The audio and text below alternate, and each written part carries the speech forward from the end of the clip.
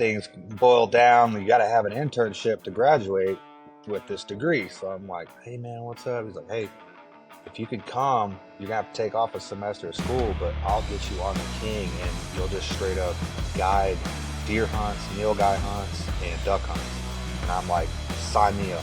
Any dog can go and smell 100, 200 yard blood trail. I mean, if there's blood and gut or whatever, like a finished dog can run a blood trail and then keep going without blood, and then run a mortally wounded deer and bay that deer. And that's when you find a dog that can do it. Tejas Podcast is the podcast for you and you. What's up, guys, and welcome to episode 35 of the Tejas Hunt Club Podcast. I'm your host, Brandon and Meagan, and this week I'm going to be sitting down with Ricky Loftis of RL Deer Tracking up in North Texas, and we're going to be talking about blood tracking dogs. We're going to be talking about how he got started in the game and the love that he has for his dogs and the love we both share of hunting dogs. So I first saw Ricky on Instagram. He actually tracked a deer for our good friend Chad Jones that's been on the podcast multiple times. Actually, it was for his daughter. And once I saw that, and kind of commented on that post, I went and followed Ricky because he was posting some cool content. He was running some hog dogs. He was showing some cool videos of tracks he was doing with his deer dogs, and he was just producing cool content that I enjoyed. And I've kind of got to watch his page kind of grow, and then also his other page that he started, Lite Hounds, where he shares all hunting dog content. He shares it from different other people, and then of content he creates himself. So if you're if you're into that sort of thing like we are, be sure to give his page a follow. I'll link it in the description below, but I'll also probably have it pop up here somewhere. There it is. And then be sure to give him a follow. I think you'll enjoy this podcast. If you're not into hunting dogs, which I don't understand why you wouldn't be, this isn't going to be the podcast for you. If you're into hunting dogs, this is the one that you need to listen to. We've been trying to keep the content flowing as much as we can. If you're following the YouTube channel, if you're not and listening to the podcast, I don't understand why. It's in the description. All you got to do is click on it, and you get to see some cool content. But we dropped the podcast last week of the guys and I went down to Florida, Colby, Jared, and Bobby, some of my best friends I've had for a long time. So if you haven't listened to that podcast, I suggest you go listen to it now. It was a lot of fun getting to talk with those guys. Jared's been on the podcast before, as most of the listeners know, but Colby and Bob hadn't been on the podcast, and we gave Bob a hard time because you just got to know him to love him. But he's one of my best friends, and of course, he was the one that had some noises and sounds going off and getting some Zoom calls while we were in the middle of the podcast. So he begged me not to leave that in there, but it's funny. It has to stay. So like I said, if you haven't listened to that podcast, go back and check that one out. Hopefully, I'm pretty sure I got the videos dropped already, but if not, bear with me. The tarpon video and the iguana video are going to be out, dropping on the YouTube channel. Check out, we'll post reels and stuff on Instagram and on Facebook, but go check those videos out. And then also check out the real avid unboxing video that I did. We'll have some more content coming with that, with the AR bills, like I mentioned before, and then mounting optics on our pistols and things like that. We're actually getting some Vortex optics on the way to the house right now, and a couple other goodies that we've picked up. So stick around for that content, and be sure to subscribe so you get all the notifications when all that stuff's dropping. Kind of hit a little milestone, I'd like to say. We're a little over a year into the podcast, and this will be the 35th episode. So I definitely want to say thank you to all the people that have been listening from episode 1, or if this is your first podcast that you're listening to of ours, I want to say thank you for listening, and then hopefully you're checking out our other content as well. Derek Alguesova, Rockin' A Taxidermy and Guide Service, another guest that we've had on the podcast, is putting on an all-women's predator hunt in March. It's going to be running the 16th through the 17th, and the weigh-in is going to be in Rio, Medina, Texas. So if you're interested, ladies, get your teams together and give Derek a shout on his Facebook page or on his Instagram, and y'all can get entered up in that contest. Also, our buddy Bill Weekly is involved in Wildlife in Focus, which is a wildlife organization out of San Antonio, Texas, that's focused on photographing native wildlife of Texas. They're actually having one of their big fundraisers coming up on April the 20th. Actually, Megan and I's wedding day, so we're not going to make that event. But Wildlife in Focus is going to be having their annual clay shoot on Saturday, April the 20th. Down in Mathis, Texas. For more information on this event, you can register your team as well. You can go to www.wildlifeinfocus.org, or you can call 361-342-9585. Also, you can email info@wildlifeinfocus.org. If you haven't listened to the podcast that we had with Bill Weekly, that one's a great one. It was one of our first podcasts that we actually put out and produced, and he was gracious enough to lend us his time and go out and talk about wildlife photography, hunting white-tailed deer, and kind of his story and how he got into the business that he's in today. If you're not following his page, he is an awesome photographer. It's Wild Build Photography. If you search that on Instagram, it'll pop up. But also link it down in the description below. You can check his page out and give him a follow. But he's posted about it. Wildlife in Focus is also an Instagram account where they're sharing the information about the clay shoot. So be sure and give those guys a follow. And if you think you're handy with a 12 gauge or 20, go out and support Wildlife in Focus on Saturday, April the 20th. Well, guys, enough talking, enough blabbing. We're going to get into this podcast with Ricky Loftis and talk about deer tracking dogs. Thanks for listening, guys. And as always, hit that subscribe button, leave us a review, and enjoy our content. See y'all next week. Can you hear me? I think I got it working. Can you hear me? Yes, sir, I can. Right. Sorry about What's that, up? man. I thought my headphones were charged, and of course they weren't, so I had to go get my little battery pack and plug them in, but we're all good right now. You're good. Yeah, my computer's so old that it didn't even work, so I'm just going off the phone.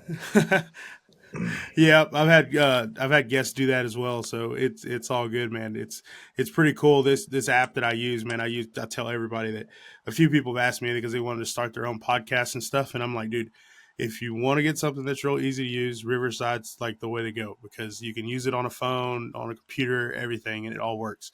The only thing, it gets a little funny if you don't have like a strong connection, or you might have to like wait a little longer. Like I recorded a podcast last night with my buddies after we got back for that iguana trip, and my buddy Jared, we were up till like 1:00 last night because it was just taking forever to freaking upload for some reason, and it has to, like, my window has to stay open. So I was lucky enough because I didn't work out yesterday, but I was like doing push-ups and stuff while I was waiting on that to upload. So it kind of worked out, but but it's still a pretty good app to record on and everything. But I'm glad I got you on the podcast today, man. When you reached out, I had been meaning to reach out to you, and I was going to wait until kind of for sure deer season was over. I know some people stuff, MLD stuff going on, and I was going to reach out to you to record one, but I'm glad you sent me a message the other day. Yeah, dude, I was sitting around messing around. I'm actually starting a little brand. It's like a hound.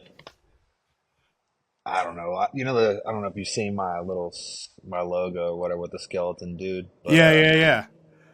I'm starting to do that, but I'm gonna do like all different kinds of working dogs. So like I've got a hog dog sketch, a duck dog, and another deer dog sketch. But I'm starting a little brand, and I've been on this trying to figure this social media stuff out because I'm 35 next month, and I don't. It's Trying to figure this stuff out is killing me. So I'm trying to I hear you, start man. up it and all that stuff, and it's been a work. Dude, it's funny because like I'm about the same age. I'm 32, so I'm not that far Yeah, behind you. But it's like when you get into that range of where like our age people, kind of like that 4 year span, if you kind of went to high school, right? And right, you either get one or the other. You either get people that are like real good, or at least good at Facebook. Like people get on Facebook that are our age, or people like I got friends and buddies like you. Like, dude, I get on there like every once in a while. Most of my buddies that have Facebook probably get on Facebook Marketplace and then just hop off, right, and right. that's pretty Yeah, much it. But yeah, and then you get like some like me, like I've since social media came out, like I was on MySpace and like changing my background and had all the music and all that kind of stuff, dude. Like I can right, still like it. All that was like fun for me. So when it came right. into like Facebook and then got into Instagram, of course, and like it was just kind of like pretty simple because it's something I enjoyed doing. It's like Yeah, um, it's kind of to this point now. It's kind of like a game, I guess. And I like right. create, and I fell in love with like creating content, of course. But like just doing the Yeah, stuff that we do, it's fun to film, and then we get to go on jobs, and it's opened some doors and gotten us some places that yeah. Heck normally yeah. you wouldn't get into. But Right. it like I said, it's fun for me, man. But yeah, I could definitely help you out and give you some pointers and tips and stuff on that end. I'm gonna need them. Like I said, it's kind of giving me an excuse to kind of push the videos and Yeah, all the content stuff, and because I don't try to blow up my deer tracking stuff because I don't need to, and I'm not trying to get like YouTube famous with my deer tracking stuff. yeah, It's just yeah. I don't not that easy to do, and I don't need it that number one, and number two, I don't got time to do what I'm doing as much as I'm doing it Yeah. and record and do all that stuff. So this little Lite Hound page that I'm starting is kind of like my excuse. I can go jack with it, and I can try to push it to the max. It's going to be all different kinds of working dogs. So it's going to be cool. Yeah. Hopefully. Well, good man. Like I'm glad we started it out this way. Which do a little intro now. But welcome to this Yeah. episode of the Tejas Hunt Club Podcast, guys.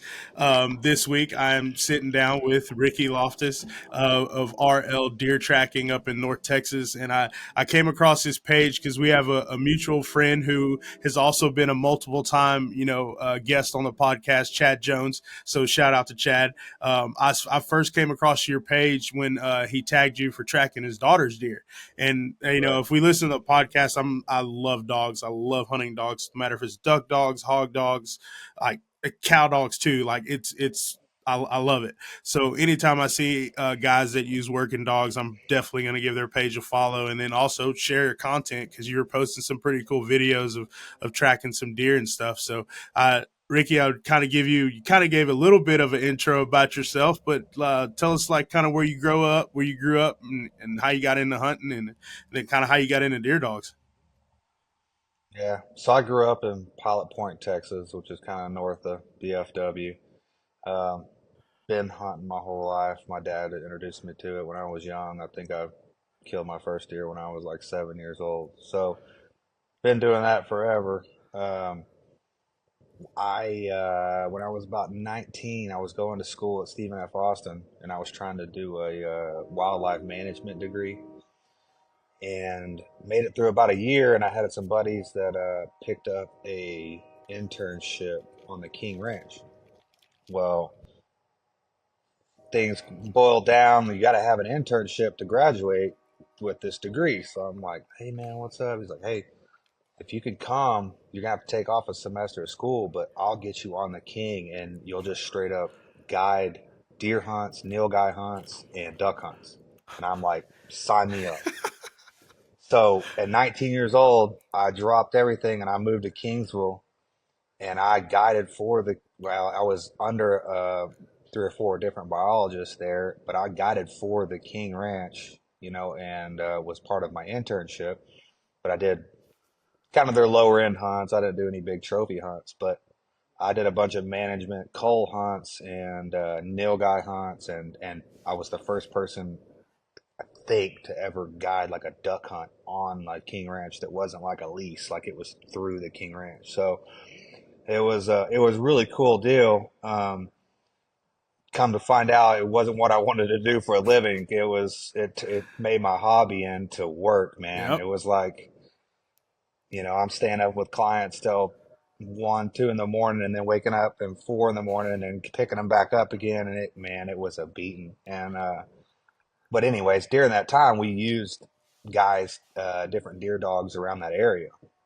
So we had there was several different guys and a couple guys that had leases that kind of had ranch dogs that just kind of stayed on the ranch and then tracked their deer.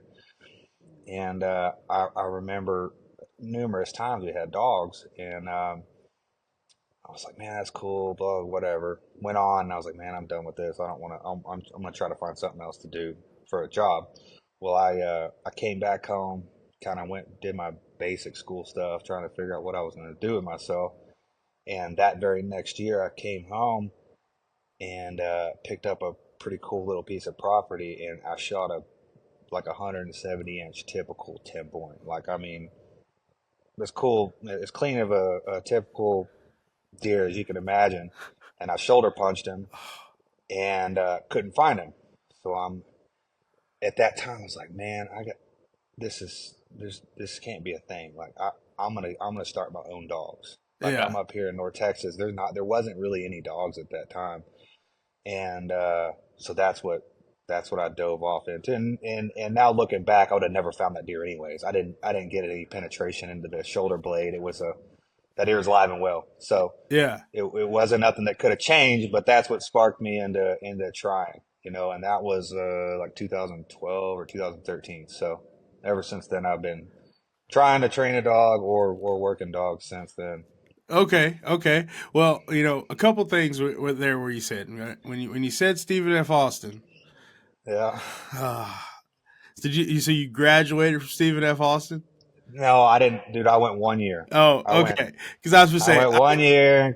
I graduated from But Sam Houston State, so we're okay. kind of rivals in that aspect. So I was like, oh man, like this is what's gonna be the bad part of Ricky is that he went to Stephen F. Austin. 1 year. Drank a little too much beer, and then ended up on that internship, and that kind of. Thankfully, I'm glad I did it, man. I'd hate to have gone 4 or 5 years and gotten that degree and then got out in it and and tried to make it happen. And I got a couple of buddies that did, and they're doing fine. Yeah, but man, you figured out it wasn't for you. Yeah, I was like, I didn't want to ruin my hobby, man. It was like it turned it into work. I didn't even want to look at deer after I left there, man. It was like it was something else. But. It was kind of that same deal. Like I actually went my freshman year of college. I went to Texas A&M Kingsville. So what year were you down there? I was there in 2008. Okay. 2000. No, it was 2007. It might have been. Yeah, 2008 was the beginning. Then I left there 2009 in January. Gotcha. So I was there for like one full season, basically. Yeah, so you left like right before I got there because I was there in the fall of 10 and like spring of 11. But like the same kind of deal. I really didn't know what I wanted to do in college at first, and I was an animal science major because everybody like you go to FFA or in 4-H or something. It's you want to be you're just going to go to vet school. Well, then you figure out only like one out of the whole class of 200 is going to make it to vet school or make it through. So I didn't really know what I wanted to do, but there's a lot of opportunity for wildlife and stuff. And I kind of wish I'd have went that route or actually known kind of some of the stuff I could have done through that route. But then again, I might not have ended up doing what I'm doing now. So it worked out the way it's supposed to work out. But it's cool that you got to experience that and like figure out, hey, this isn't something I want to do. And like I try to tell like, my cousins and stuff that are younger than me or like people that I know that are younger than me, like, going to college or like going somewhere and like kind of figuring out, it's not all about like figuring out what you want to do. It's a whole lot of figuring out what you don't want to do, to be honest with you. Exactly right. So like, taking those chances like that and like being willing to kind of get out of your comfort zone and go see other places, like you're going to learn something and it's either going to be good or you're going to learn that you really don't like it. But Yeah. coming across those dogs down there and learning that it was cool too. So before that, you hadn't really had like any like time around deer tracking dogs or anything like that before you got there. Not deer dogs. I've always had like a bird dog. I got really my passion, from the time I could get around and go on my own without my dad was duck hunting. So I had a couple different duck dogs that were, got me into the dog game. Yeah. But I'd never seen a deer dog till I got down there, and it was just blew me away, man, what they can do. So, Oh yeah, and I've been hearing like the more guys I meet from North Texas that grew up hunting, most of the guys up there are really big duck hunters, and I mean y'all kind of are in the flyway more, I guess, or probably get more ducks than because where I grew up in Goliad, duck hunting wasn't really a thing. Like we knew about it. yeah, You might knew a couple people that kind of duck hunted towards like Wharton or Columbus or that area, but like for the most part, nobody really duck hunted around Goliad.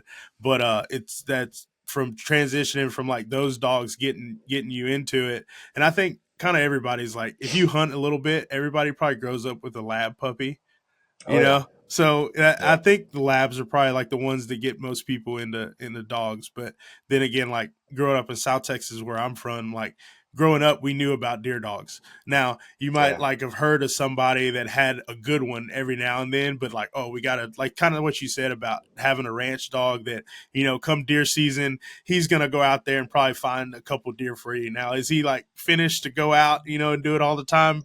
Probably right, not, right.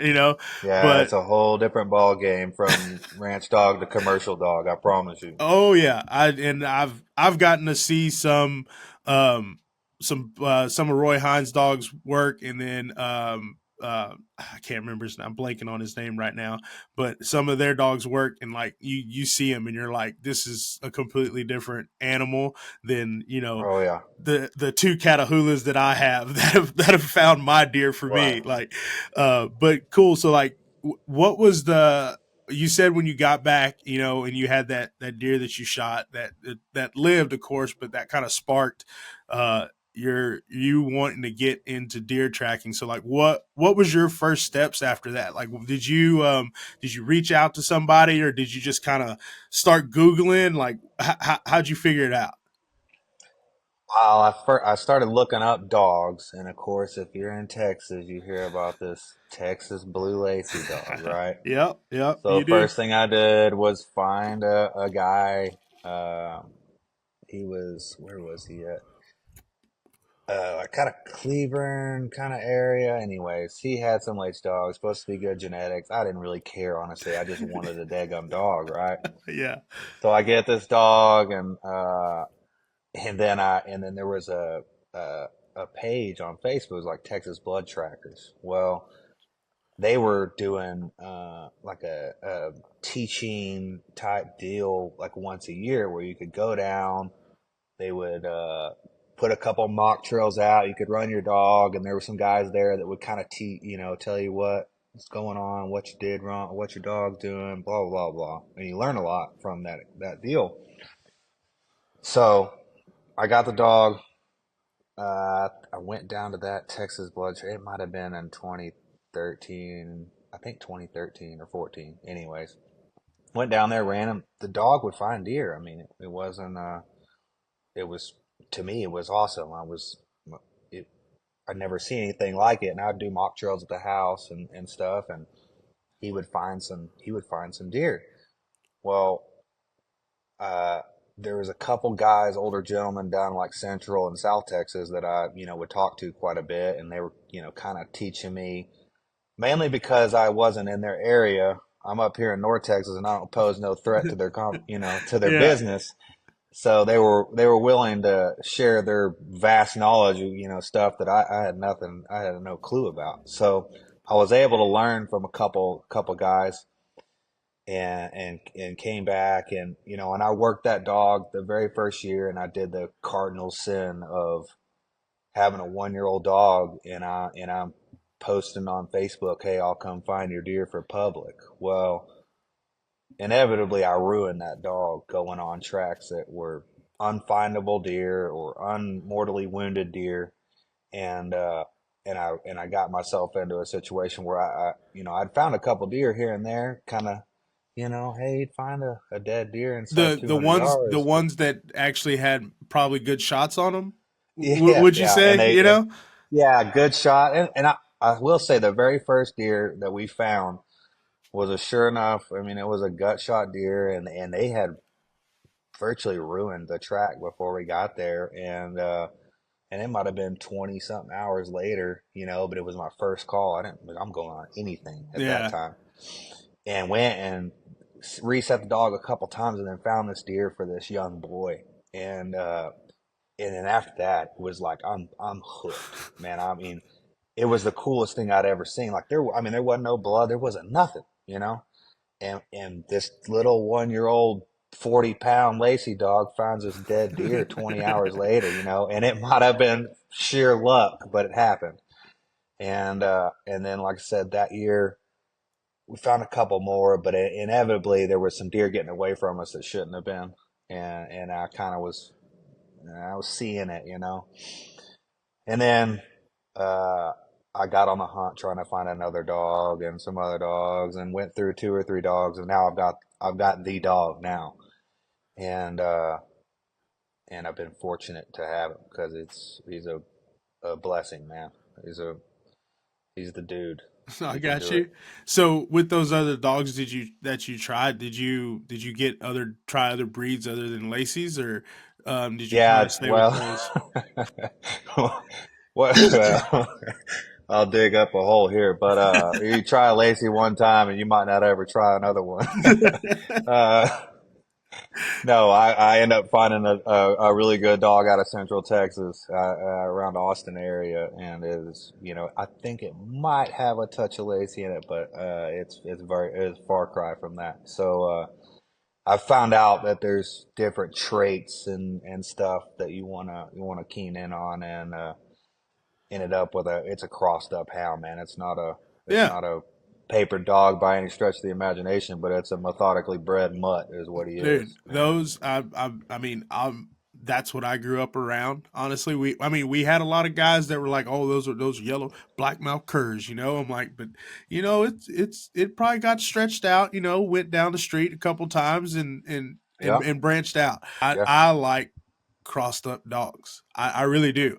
Like I like crossed up cows too. I like crossed up dogs. It's just yeah, when you can put dogs together and breed them to a way that like they're coming out and they're doing a job that you need them to do. It doesn't matter what color they are. It doesn't matter what how big their ears are or anything like that. It's if the dog can do the job and that's what two dogs took to make that, then yep, run them together. Now, I mean, you get some guys that are purist on breeds, which hey, to each their own. yeah. No, and like I said, this dog was bred for a purpose. There's no doubt about it, and actually the um his litter had an exceptional turnout rate. Like I want to say 5 or 6 out of 8 are like sure enough tracking dogs, like can do it. Nice. I don't think all of them are alive now, but it was a very good litter, and I was very very fortunate to get a hold of one of those dogs. And honestly, he and it's probably all my fault. I'm no dog training specialist on the planet by any stretch, but I almost called him. Like there was a point where with some of the older guys, like, man, if he ain't doing this, he ain't doing that, it might be time to, you know, try to get another dog. Yeah. And we had, I think he was 2, and we had a certain track, and it was early October, 85 degrees, track for a buddy, of course, where it's one of these, I'm going to go no matter what kind of deals. And it was a frontal shot, entered by the neck and came out the other armpit. So we were thinking one lung, something, right? Okay. And we made it in there, got about 250 yards, and dog was getting lost, and it was hot, man. It was super hot. Like an idiot, I went in the middle of the day, like I was so excited to go. And he had found, I mean, the dog found 20, 30 deer that are, dead inside 2, 3, 400 yards. Like, no problem. Dog found them. And Yeah. then bait a couple that, were easier finds, good Yep. conditions. But this one, we got to this point and we were kind of lost. The dog laid under the shade tree, and I'm like, God Almighty, like, what are we gonna do? And I kind of got on my GPS and looked on his track, and I'm like, I'm gonna go up there where he last went. And I went up there, and I'm looking, and I'm like, all right, I'm gonna try to find blood on his trail. And I'm looking down at GPS, I'm looking down at the blood. Okay, there's some blood. Sure enough, he's here. Well, no more than I kind of look at that blood, I start hearing baying, and I'm like, and I'm talking probably 200 yards away. And I'm like, what the heck is that? It's like, is that, holy shit, that's him. Like he's baying. Like what, what are we doing?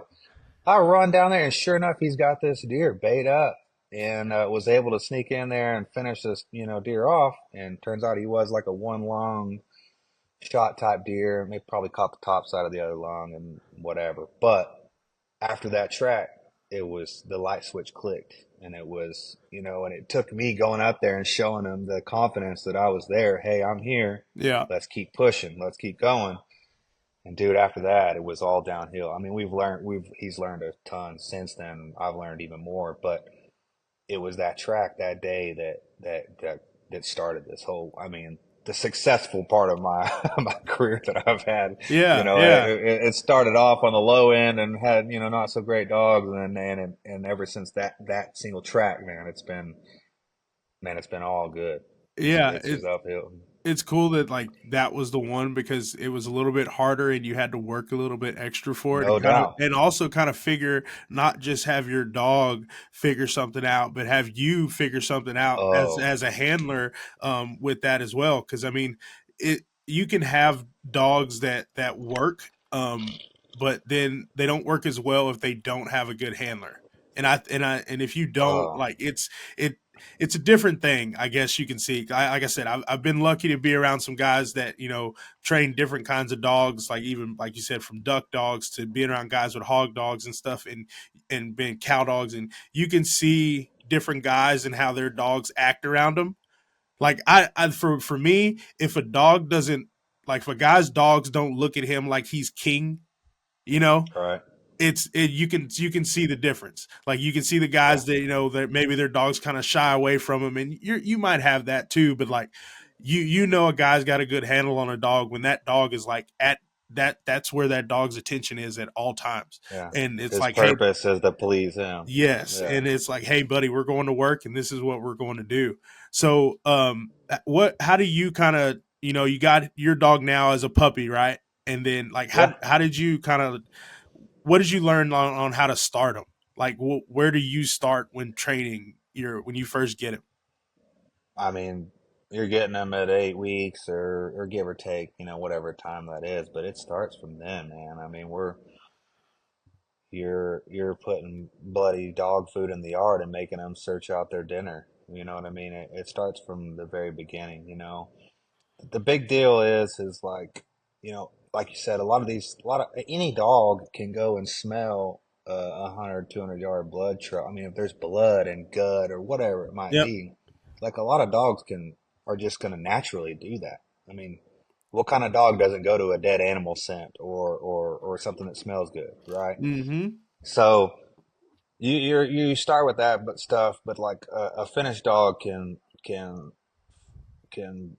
run a blood trail and then keep going without blood, and then run a mortally wounded deer and bay that deer. And that's when you find a dog that can do it, because like I said, you can find a dead deer. I mean, it that there's something to it. Don't get me wrong. And and sometimes we Mm-hmm. find dead deer that are a mile away. I mean, it happens. It happens all the time. But finding that dog that can smell and has that prey drive and can run one and get that bottom in and get out and go run one and then stop it and let you come finish them off. That's where the real dog comes in. Yeah, I can definitely agree with that. I always get a kick out of, I follow different pages and different podcasts and see different stuff on social media, and you see those guys in the Midwest. Like, don't get me wrong, they have different laws that they have to adhere to and stuff, but Yeah, they get to track deer with a variety of breeds of dogs. and you can Right. see anything from a dachshund to a golden retriever to Yeah. all kinds of different dogs. And like you said, those dogs find deer, but Oh yeah. I could promise you that you couldn't take those. You could take the dogs from Texas and go find deer up there, and it might hurt Oh some yeah. people's feelings.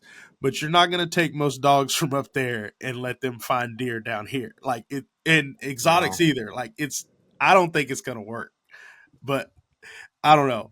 It'd No, it's be a cool to totally see. different dog down here. And like, I guess like Florida and Georgia and a couple of these southern states, they can run their dog off lead like we can Yeah, and get these deer that are, which blows my mind. These deer are mortally wounded animals. And, but they can get them bait up and we can finish them off as you should, because it's morally the thing you should do. exactly. Um, So, but there are a few states, and I'd put any of the southern state dogs up against any of the leash dogs up north. I mean, now it's a whole different playing field. And I started that first dog, and I started this dog kind of on leash to try to kind of get a handle on him, Yep.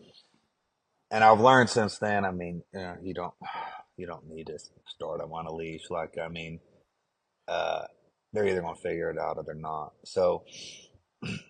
But it is. You're exactly right. And I might even say Texas dogs are the baddest dogs on the planet. I don't know, but Hey man, they've been around longer than most. You know what I'm I saying? won't be one not to back you up on that. I might be a little partial. I might be a little partial, but We're I, both biased, I'm sure. yeah, exactly, man. But that's pretty cool. So like you said, you kind of start them on bloody food and stuff, and then like for certain things, you like you said, you use the elite to kind of get a handle on them. But Right, mostly, it's just like for me and the stuff I've done with my two dogs. Like I said, they're by no means finished, but they mine pretty good, and I've gotten some pretty cool right. compliments on them and stuff.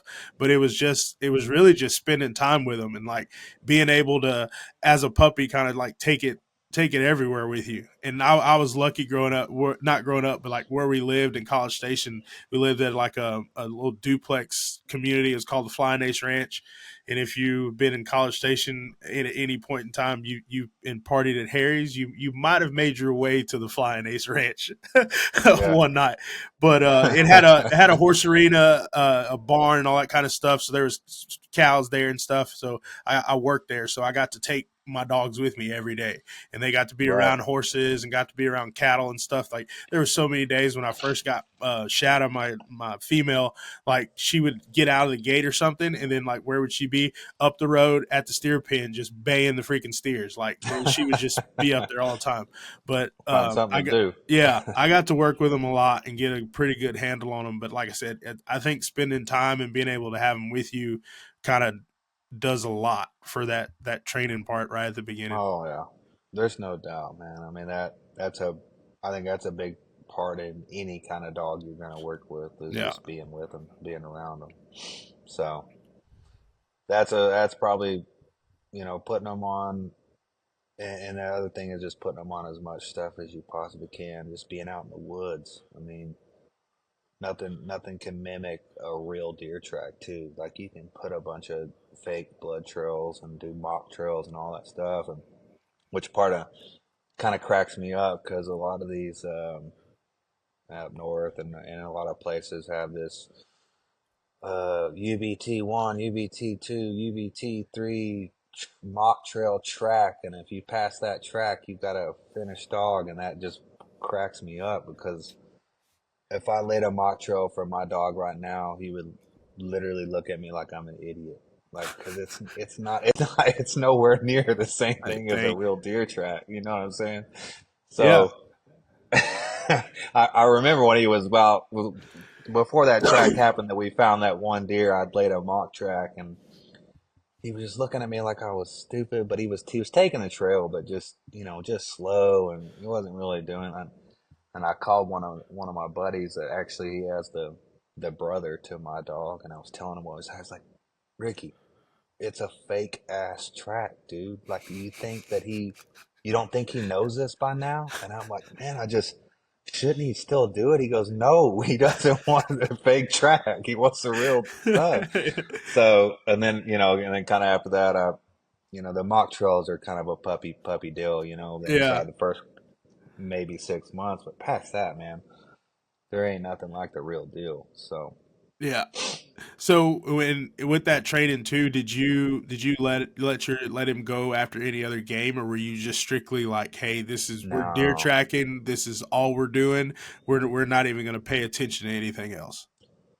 no, I mean, we did during off season, we'd go down to where I got the dog and shoot axis and stuff. But like outside of that, black buck axis, we've ran nilgai and stuff before, but no pigs, no nothing, man. I don't want. We run into pigs every freaking track. The last thing I needed him thinking that pigs stink. They make a lot of noise. They're fun. I Yeah. can't be. I don't. I don't need that. We're not here to do that. So it's a strictly a deer type deal. Yeah. You know what I'm Or the saying? exotics Whether too. whatever type deer it is, if it's an exotic or an elk or whatever it is, a nilgai, which isn't a deer, but yeah, no hogs, no nothing like that.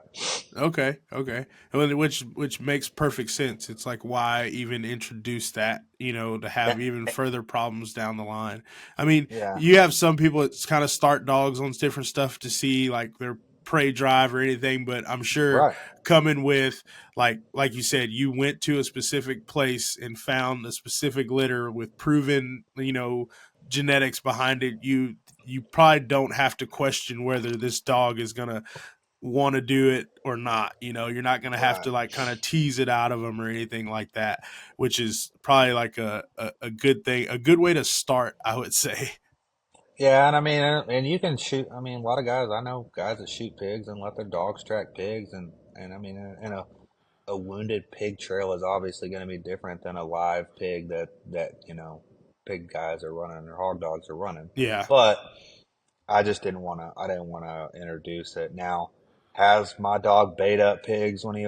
Yes. I mean, there's no doubt about it. When we were first starting, I can tell you there was at least three times like where he was 1 to 2 years old and we're bait up and I'm thinking I'm coming in on a big deer that we're tracking and there'd be a 200-pound boar just sitting there in his face and I'm like, bro, This are ain't we what we're here really for. doing this right now? Like you look like an idiot in front of the guy. Like, yeah, we don't run no hogs, but the big stinky thing gets in his path. It's kind of hard not to give it a little run and bay it up. Yeah, exactly, exactly. Like But that's happened too. Like sometimes, in, like some of the guys that work cows with, and like we'd come up on hogs sometimes. And I mean, if you didn't have a couple trashy cow dogs, like what fun would you have while you're yeah, working cows? You know? right.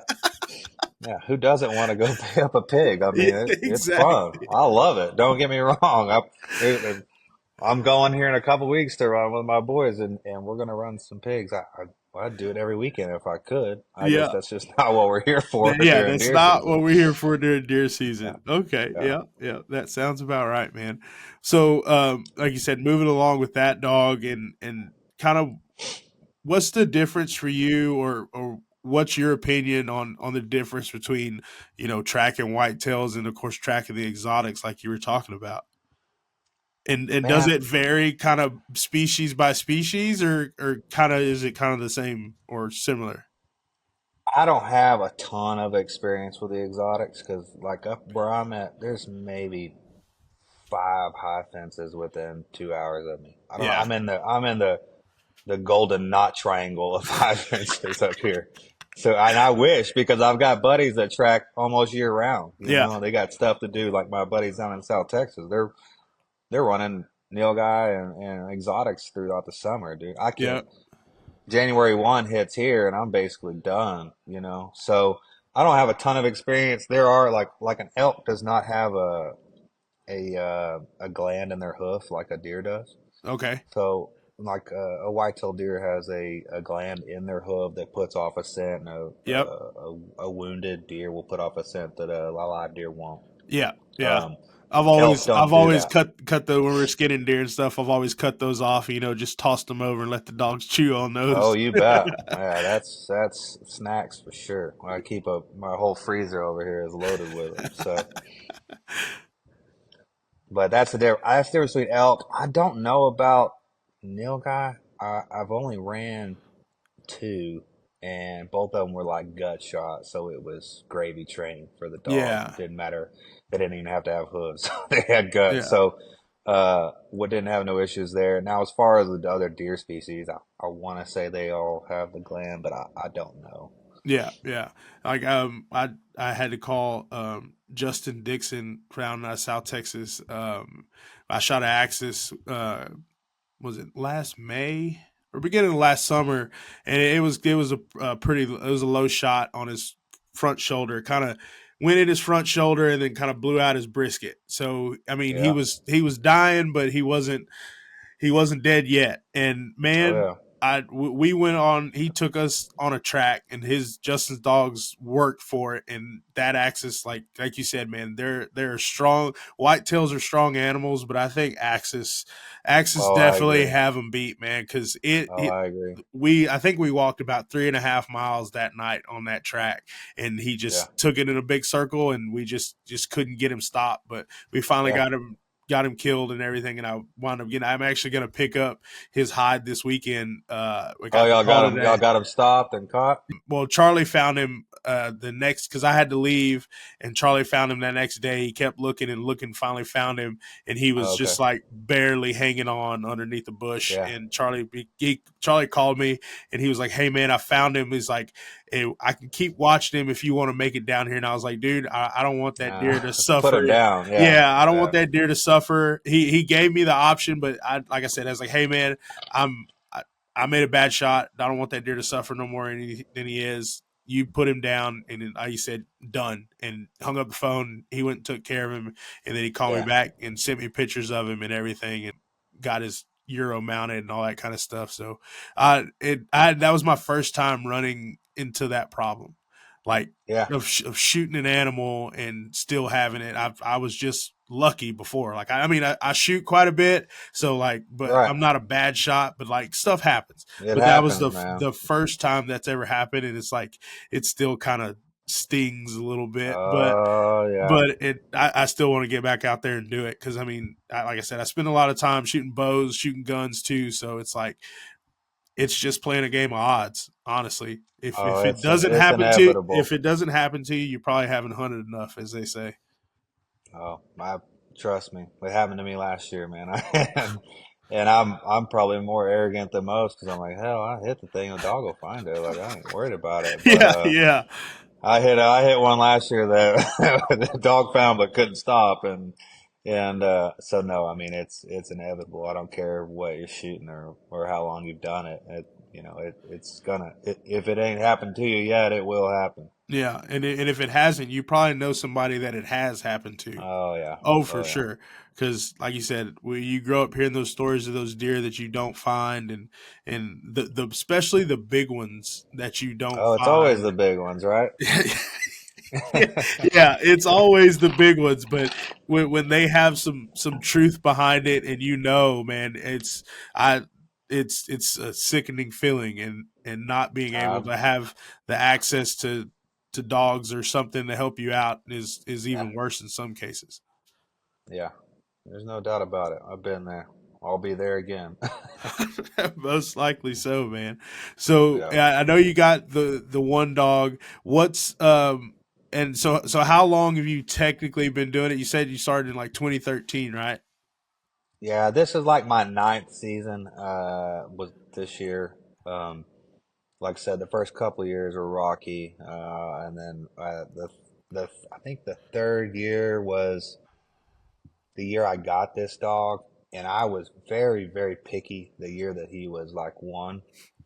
Um, I did not take a bunch of hard tracks. I was very very skeptical, and I only took tracks that I thought we could find, and then tracks from my buddy. So I Yeah. haven't been hitting it hard for 9 years, but I've been running dogs for the last 9 years, and probably the last 4 to 5 years have been hard and heavy.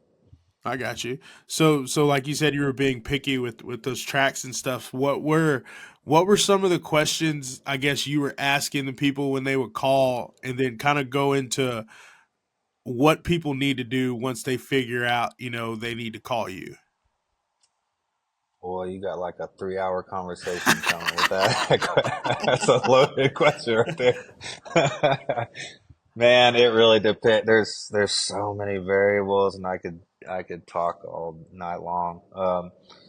But that first year, it was more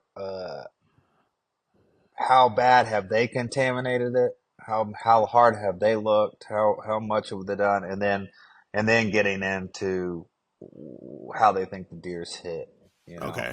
and the sign that they have, or that sign they have on the ground, or what the arrow looks like, or the deer's reaction.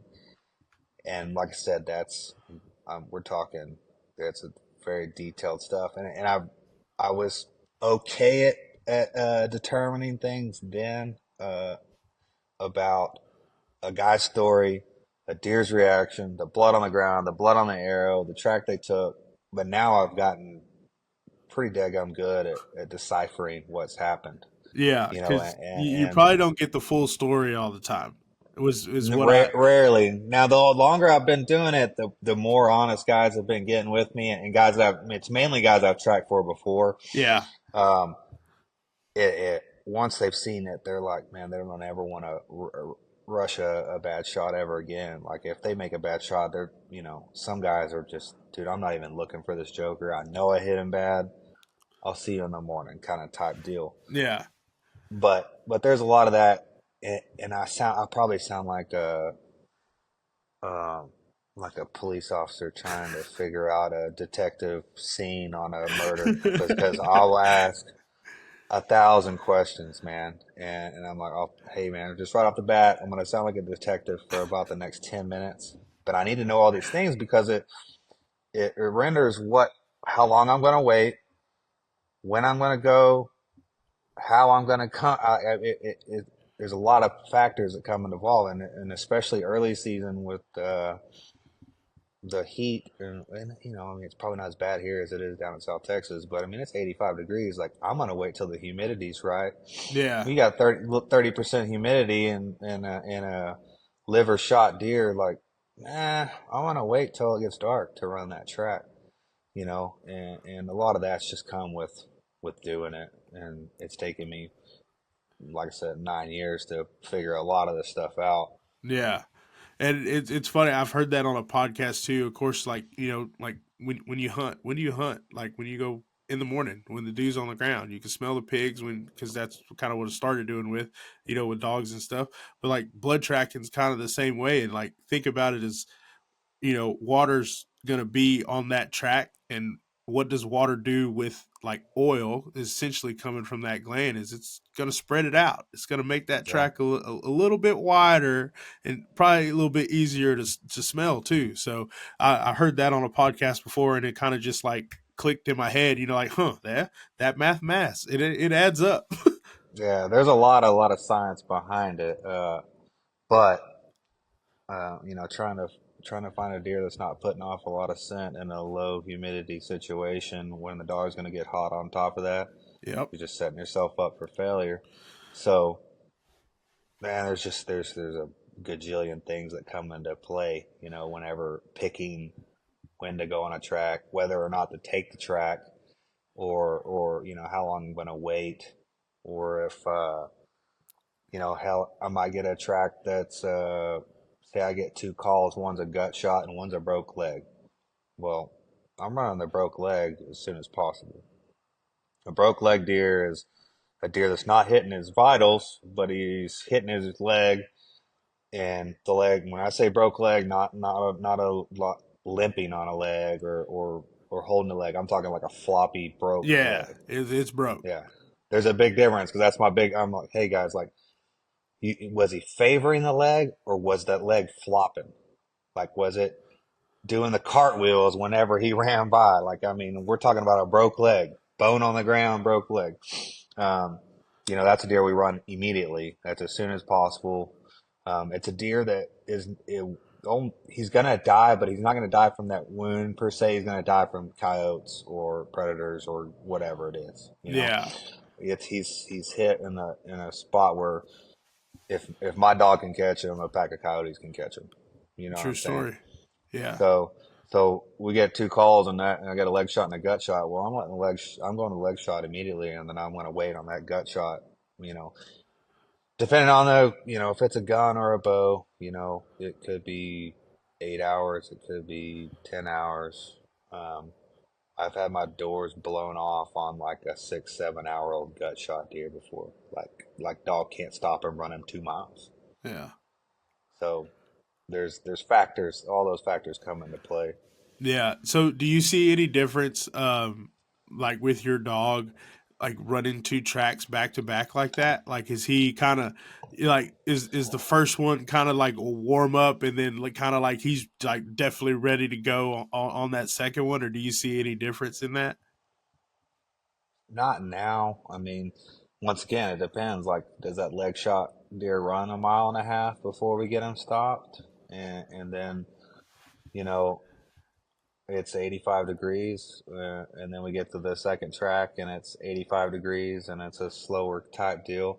He's got it figured out now. Like, I don't even have to worry about it, man. But you definitely got to play that stuff into factor because, I mean, Yeah, you have to put him in a good spot if you want to so be he's successful. yeah, so he's able to perform. You don't want to push him too hard, and then he's not gonna do what he wants to do. Like, Yeah, which a lot of these people on the other side of like the dog deal, it's like you're not making this dog do this. Like, if this dog didn't want to track deer, if that dog didn't want to run and catch hogs, like right, it's not gonna do it.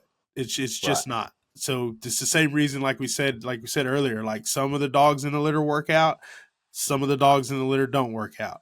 Not to say that they're any less of a dog, but whatever that is it's just not their job. You can find something else for them to do. But Right. it's just like explaining that like he's not going to perform if he's not feeling well. Yeah, and honestly, it once again the time of year plays a big deal. The beginning of the year, he's not in as good a shape as he's going to be come November 1st or mid-November. You know what I'm saying? My dog I could tie him to a Can-Am and drive him down the road, and when he's done running, you could just drag him to death.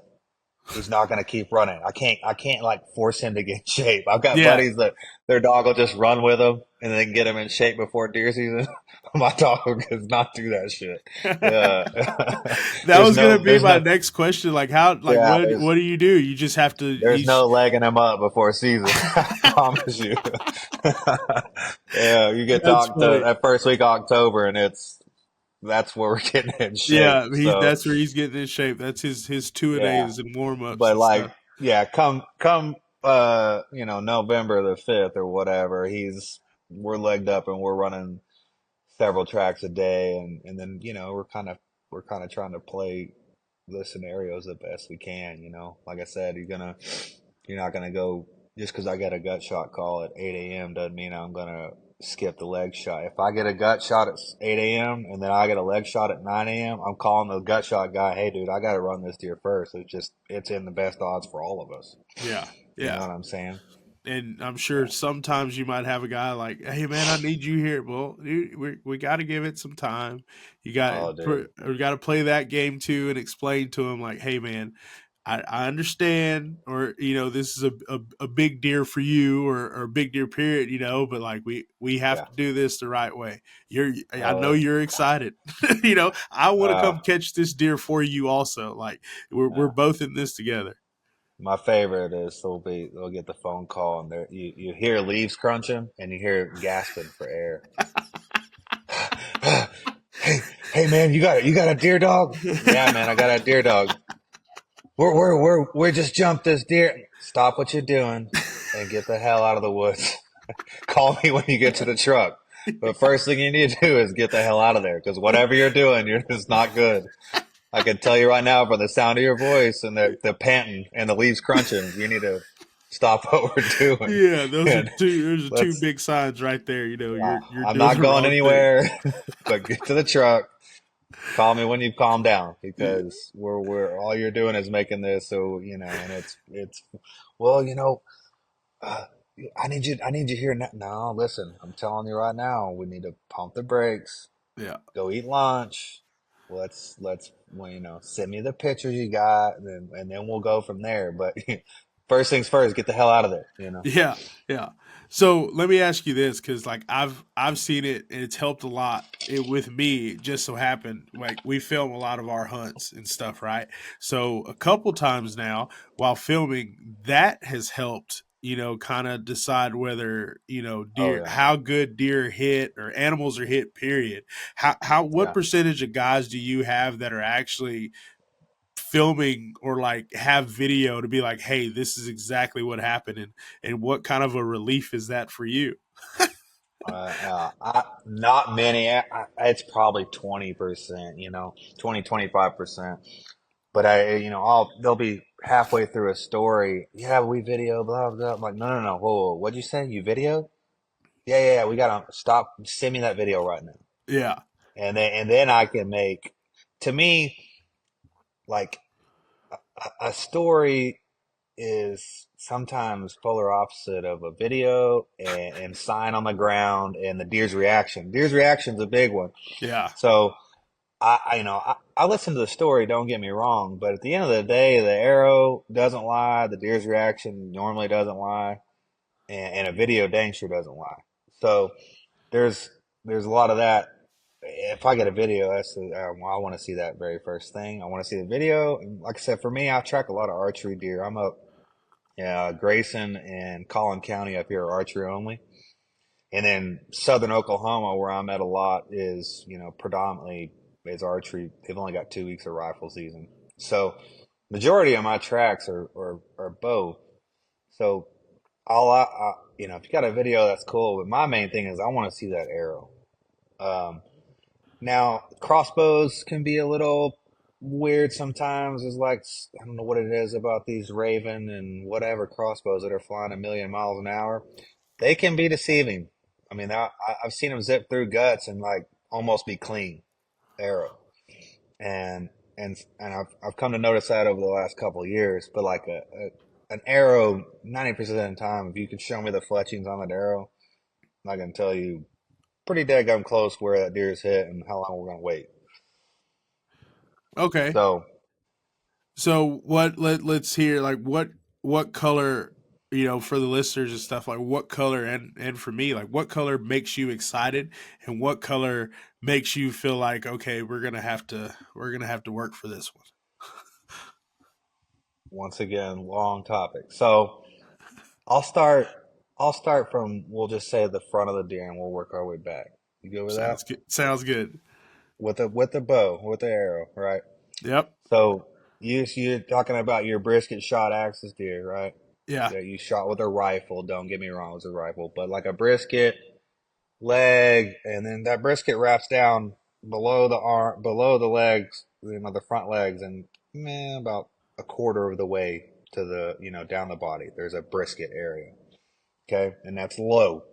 Mm-hmm. There's going to be bright red blood on the ground, and there's going to be fat on your arrow. It's going to be like a greasy, slimy, white fat. The arrow's not going to be painted with blood. There's going to be a little bit of blood here and there. There's probably going to be white hair, and there's going to be a little phlegm of fat along that arrow. Okay, this guy's going to track his deer 300 yards, blood. There's going to be blood everywhere, right? Bright red blood everywhere. It's good blood. And if I see that arrow, I'm like, no, it ain't good. It ain't good blood. Like there's a difference. Yeah. There's a lot of blood. I mean, it looks like a lot. Now, people don't realize that it takes. I want to say a deer has like 6 liters of blood in it, and it takes two of them to even slow them down. You're talking about 2 liters of blood. Like that's, I can walk, and I've done this doing these mock drills. You can walk with just a regular water bottle of blood. I can drip that blood for a mile. Like just drip, drip, drip for a mile. I mean, and that's just one little water bottle. Yeah. So you're telling me, yeah, this deer's lost 2 liters of blood. I don't think people understand how much 2 liters of blood is. So That deer is not going to die. It's got fat on the arrow. It's a low, bright red blood. That deer is probably long gone. He runs off hard. Doesn't, normally not going to limp or anything like that. It's going to be a run hard. Never see that deer. We're not gonna find it. We can find him and run him with the dog, but you're not gonna stop him and get him finished off. Yeah. Okay, so most of those calls I do not take now. Like it's not a mortally wounded deer.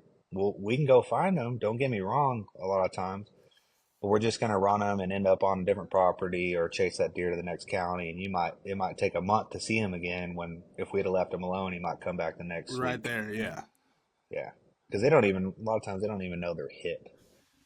I mean, it's just it's like a bug bite. I mean, they know something happened, but they're not mortally hit. Yeah. You watch two bucks So, fight for a couple times, and then you realize like, hey, these deer feel oh, stuff. dude, Don't feel yeah, anything. And like we've shot deer too with cactus all in them and like yeah, all kinds of stuff. But yeah. yeah. So there's that. Your leg shot. There's gonna be bone on the ground. Like I said, the broke leg. This is not a shoulder punch. This is a broke leg. The deer's running off with a floppy leg. Your arrow is going to have bright red blood on it, but the main deal is there's going to be like bone on the ground a lot of times. And when you see the deer run off, he's going to have a floppy leg. I mean, there's no ands, if, or buts. Okay? That is a deer that you 100% do not want to pursue. You cannot go without a dog on that deer because all he's going to do is get up and run. Mm-hmm. Like I said, he's not hitting the lungs, he's not hitting the heart, he's not hitting anywhere, but his legs broke. So he can get up and run on three legs, and they can dang sure swim on three legs. I don't know if you know this, but like a three-legged deer is going to go to water more oftentimes than not because swimming's a whole hell of a lot easier than running when you got three legs. Yeah. And another deal people don't realize is a three-legged deer, let's say a front leg is broke, will go uphill a lot. And people are like, well, why would he go uphill? Well, think about it. That deer is going uphill. The weight is down on his ass. And he's putting Yeah. less weight on his front legs, And right? he's using more of his back legs. Exactly. So why wouldn't you do that, right? He's going to use that to his advantage. So, there's no way he'd go uphill. I promise you, he'll go uphill and he's going to get in the next pond he sees or lake or whatever the heck because it's easier to swim than it is to run with a floppy Mm-hmm. broke leg. So that's when you don't want to pursue without a dog, no matter what. That deer's not going to die unless you can sneakily get up there and get a second shot off. You know what I'm saying? He's going to get taken down by coyotes a week from now Yeah. or whatever, unless you can get a dog there. That's a 100% go for us. If it's a leg shot, broke leg, bone on the ground, I want that track. I'm going to go on that one every time and try it. But like I said, if they've pressured that deer and bumped him a couple times, it could be a really hard deer to trap. Yeah. A lot of times they're not, sometimes they'll put off a lot of blood, but a lot of times they won't. And if that deer gets pushed, it's kind of a hard deer to find. Once you find them, you can usually run them. It might run them. Well, I feel like a lot of times a leg shot deer runs like a mile. I don't know why, but like a mile. And you got to have the ground to do that stuff on too, right? So, if they stop inside of them, they might get down a creek bottom or in a pond or something, and they feel safe and they'll stay right there. They'll bay up, and you can go in there and put them down, right? So from there, you got this shoulder punch is the call I get every day. Every single day during deer season, I get the shoulder. Man, I smoked him right in the shoulder.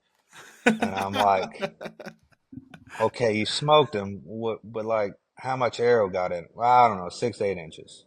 Nah, probably not going to do it. Was his leg broke? No, he ran off on all four. They ran hard. Got bright red blood for 200-300 yards. Yeah. Unless you've built your arrow, and now I'm saying this on the majority of the time, there are situations where a factory arrow and a factory bow, blah blah blah, will get through a shoulder, but it's very rare. Yeah. So, and that is a track that I take rarely. If they say I stuck him, I heard a loud whack. I got 3/4 an arrow sticking out of him. He ran off with the arrow, or it fell out right there. That deer's not going to die. 9 times out of 10. Okay. Now you can get in there 10, 12 inches and catch one lung, and that deer 9 times out of 10 ain't gonna die either. And I've ran these deer a long, long ways, and occasionally you'll get one that'll check up and bait up, and you can finish them off.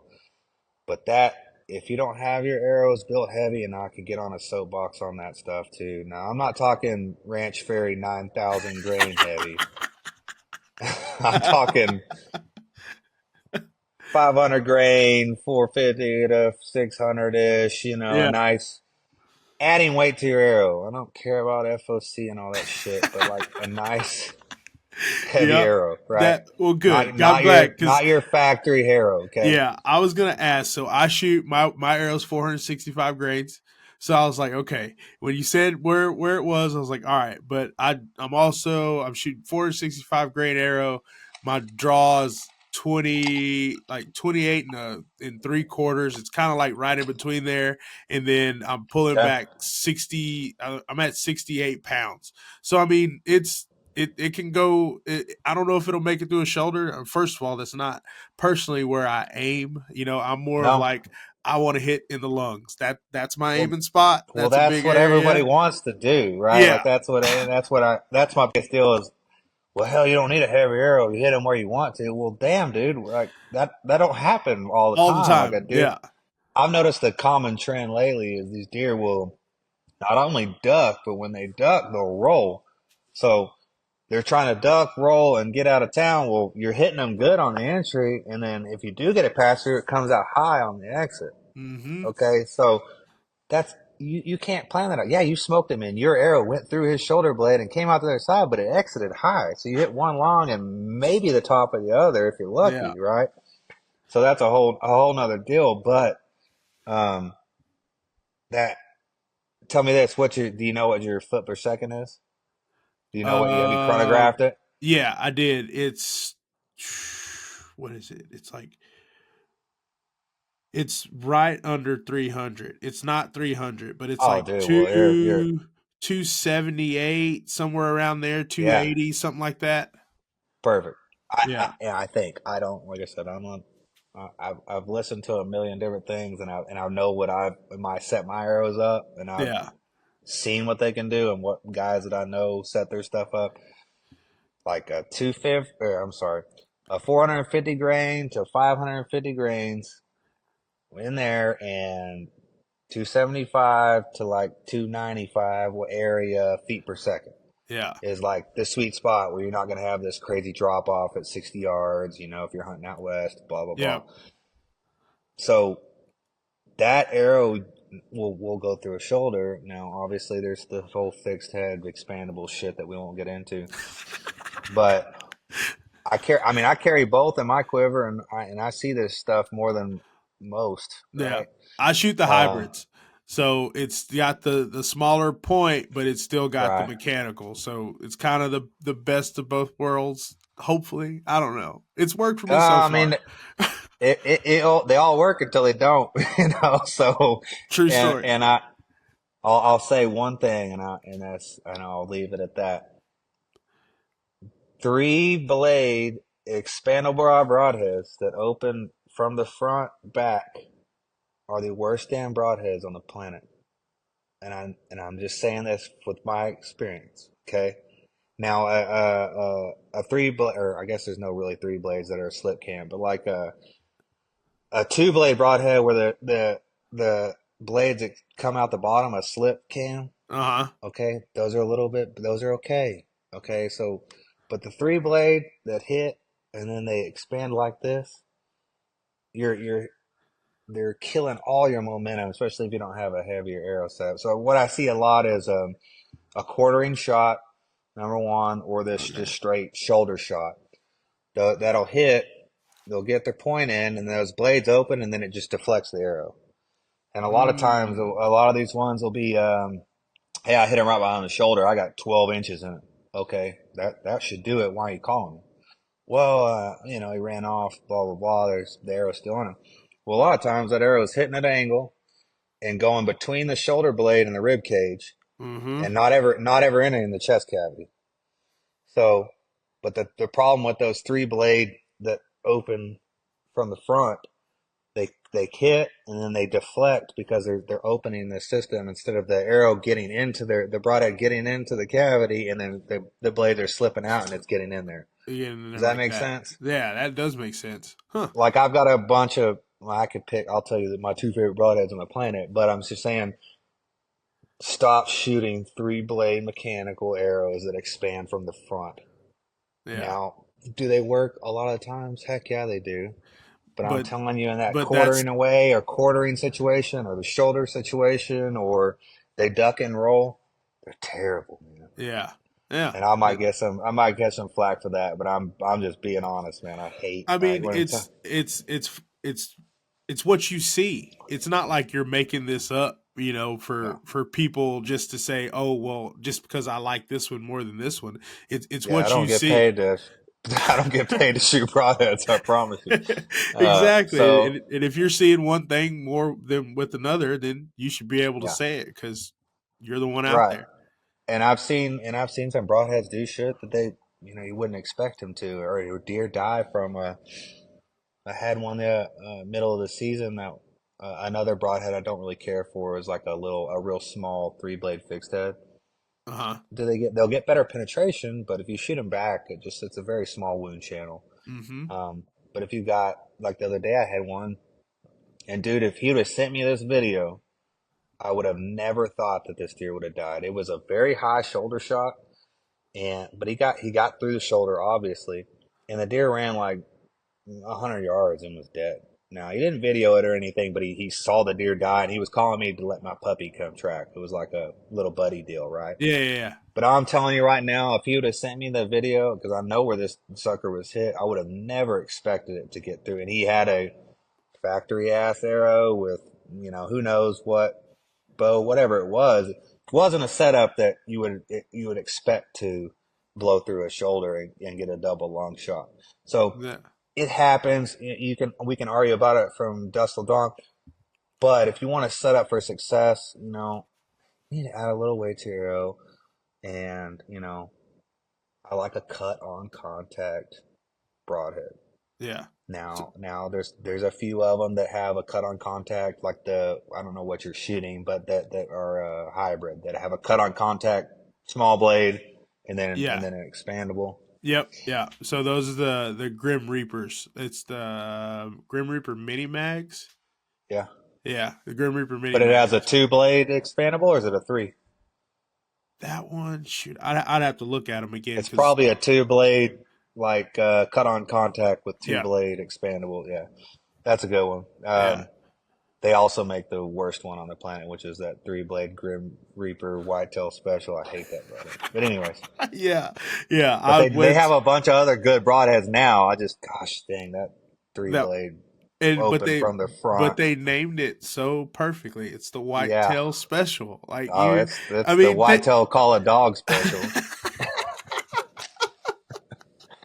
that's funny. Yeah, it's marketing, man. It's right there. For a guy sitting up there trying to figure out which one, it's like, well, that one says Whitetail Special. Here we Well, go. and like I said, you hit the sucker behind the shoulder, and it's gravy. You hit him in Yeah, the liver, in the guts, you'll have a good blood trail. But I've even seen it hit like a big 3 blade expandable like that'll hit in a spot where it's only hitting ribs. It's not hitting like good hard bone. It yeah, still won't get a pass through. You know what I mean? But you got a big ass hole, so it's it has its benefits. Like I said, I carry a small fixed blade broadhead, and I say small, borderline smaller fixed blade broadhead, and I carry a big expandable 2 blade that's a slip cam.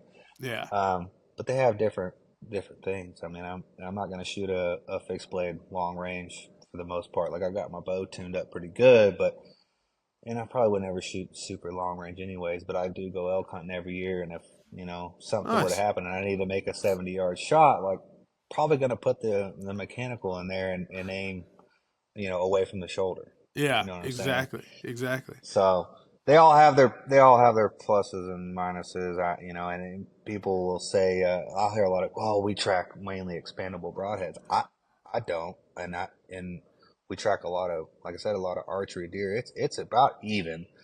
My biggest deal is just people just shoot lightweight arrows, and I just think you got to have a little bit of oomph on them, especially like women or children that are shooting a lower poundage, lower velocity bow. You got to rely on some weight to get that penetration. So yeah, that's my big deal on that, man. And I feel like too. I mean, arrows aren't really cheap. I mean, you do get to Oh reuse them. man, They're a little bit better than bullets or shooting out of a rifle or shotgun shells or something, but they're still pretty expensive. And those lighter dude. ones are a little bit cheaper than those heavier arrows. Well, and I think a lot of it people just don't know any better. I mean, you go to a That bow too. shop and they throw you a bow, and I mean the sucker shoots darts at 40 yards. I mean, don't get me wrong, but the spine might not be good enough, and the arrow might not be heavy enough. Will it work 80%, 90% of the time? Yes. Don't get me wrong, but when I get called, it's the accident. So and there are some shots that were perfect and just weird how the strong tough deer that how made it it a felt. ways right Yeah. and didn't bleed or whatever. But 9 times out of 10, it's that accident. It's that deer coming in chasing a doe, or it's that deer that turned and rolled or ducked, or or hit a limb. I had a couple deer this year that got hit a tree limb and then deflected the arrow into their flank or something like that. So it's 90, 80, 90% times, yeah, heck yeah, it's gonna work. But why not? If something happens, have your arrow set up for a have a little little bit of backup plan. a little insurance policy. You know There what I'm you saying? go. Yeah. It makes sense, man. It makes sense. So, kind of like we were talking about, kind of moving back on the deer, we were talking about that shoulder. So, coming off Yeah. that shoulder for those guys that are, I've never really subscribed to like the tuck it to the shoulder to get the heart shot, but like, Right. I guess that would be probably the next spot that we would kind of talk about. Yeah. So on your heart shot, like a low armpit is what I call it. You're 9 times out of 10, you're probably gonna get a pass through unless it's a quarter away shot and you hit the offside shoulder.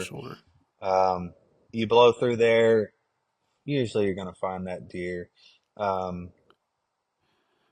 the arrow is gonna have just a red blood. There's not gonna be any bubbles on it, but it's kind of a deceiving arrow because it can mimic like a muscle shot sometimes. Like it just looks like bright red blood, but like not a whole lot to it, right? Yeah. No bubbles, none of that stuff. But a heart shot animal is not going to run. I say this most times. I've seen some videos of like blowing the bottom part of the heart off. Like I've seen videos of it where arrow goes in the armpit and you're thinking money, and the deer runs out there at 200 yards and then just stops and is like kind of looking around. I mean, it's hurt, but it ain't running to its death like a lot of times. Yeah. So most time on that heart shot deer, if you were to see that deer stop and run out there and stop, just go to the truck and wait a few hours, 2-3 hours. I know it's hard to do, but that deer's gonna die, right? There's no ands if or buts. Can't live without the heart. So. And then the other ones, if you get a pass through and knock through the heart, I mean, it should be pretty easy find. Going to the double lung type deal, you get most time you're going to get a pass through. Sometimes you'll hit the offside shoulder and not get your pass through.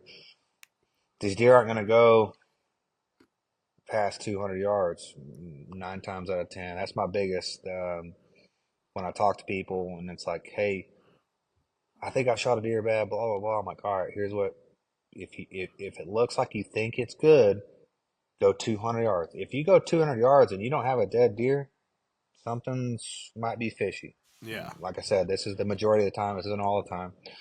But like a double lung deer is not going to go more than 200 yards and it's going to be dead. Most times, like I said, most times. So that's kind of my general consensus on anywhere on a deer. I don't care what happened inside 200 yards. If you don't find a dead deer, something's wrong. Yeah. You need to stop. I don't care if there's a painted ass blood trail for 200 yards. Yeah, I'm serious. Like I mean, like you said, 2 liters of blood. That's a lot of blood. I can go 200 yards with a shot glass of blood. I mean, like it doesn't take a whole lot to look like a a lot of blood. So that one, obviously, double lung is going to die uh, every time. I mean, you could single lung's a whole different story. That's a deer that could survive forever, or you might it might kill it. You might be able to run it with a dog for a little ways and then bay up and be able to dispatch it. But you're not that that's going to be an arrow that's not a pass through, Yeah. or a rifle shot that's a hard quartering shot, and you might get one lung. So most like I said, most stuff I'm talking about is archery stuff. We can talk about rifle stuff too. They go hand in hand on a lot of stuff. But the good thing about archery is it's slow, and you usually have an arrow to look at. Yeah. So like I said, the double lung mainly pass through, dead inside 200 yards. They're going to run off hard. If they stop and check up and walk, it's not a double lung deer. It's a lung and a liver or something like that. And then we'll go straight back from the lungs and go to liver. Yeah. Liver shot deer. Like I said, most time you're gonna get a pass through. Okay, this deer, the arrow is gonna be a darker blood most of the time, more often than not. And a lot of times on the fletching, you're gonna see these little black specks on the fletching. And that's just liver specks is what I call them, whatever that Okay. is. Yeah. Okay, it just you'll see like usually the arrow is painted. When I say painted, I mean it is coated with a blood. It's not a runny blood. It is a thick coated painted blood, and a lot of times it's a deeper, darker color. And then you'll see those liver spots on there or the little dark specks on the fletching.